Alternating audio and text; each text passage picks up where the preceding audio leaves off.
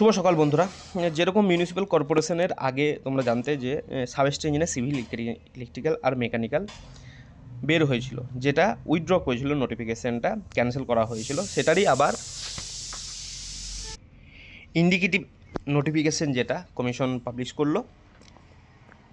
Civil, mechanical আর ইলেকট্রিক্যালে সিভিলে 78, ইলেকট্রিক্যালে 19 আর মেকানিক্যালে 28 seat.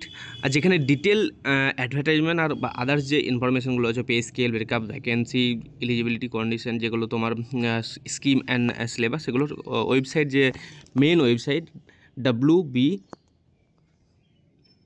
www.mscwb.org ওয়েবসাইটে পেয়ে যাবে, যেটা খুব তাড়াতাড়ি ডিটেল নোটিফিকেশান তারা পাবলিশ করবে।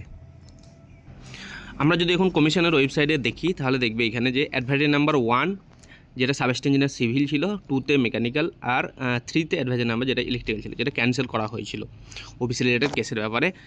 আর এখন যেহেতু ওবিসি রিলেটেড কেস জানো যে হাইকোর্টের যে রায় দেওয়া হয়েছিল সেটাকে স্টে দেওয়া হয়েছে, কারণ যে গেজেট সেটাকে এখন মান্যতা দিয়েই সব রিক্রুটমেন্ট করতে বলা হয়েছে, যে ফার্দার যে প্রসেস।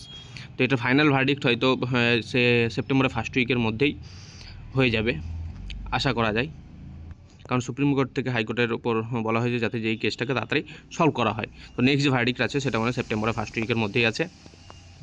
ওটা হলে তাহলে কি বাকি যে রিক্রুটমেন্টের জটিলতাগুলো সেগুলো অবশ্যই কেটে যাবে। তারপর নোটিফিকেশান নাম্বার যেটা বার করেছিল 4-5 বলে দুটো নোটিফিকেশান বার করা হয়েছে। তো এরপরেই কিন্তু নেক্সট যে তোমার ইন্ডিকেটিভ নোটিফিকেশান যেটা দেওয়া হয়েছে সেখানে দেখো নেক্সট যে অ্যাডভার্টাইজ নাম্বার 6, 7 আর 8 করে দেওয়া হয়েছে, কারণ আগের 3টে ক্যান্সেল হয়েছে, যেহেতু নতুন করে যেহেতু এটা অ্যাডভার্টাইজমেন্ট বার করছে সেই জন্য। আশা করা যায় খুব তাড়াতাড়ি ডিটেল যে নোটিফিকেশান সেটা তোমরা এখানে মেন ওয়েবসাইটে তোমরা পেয়ে যাবে।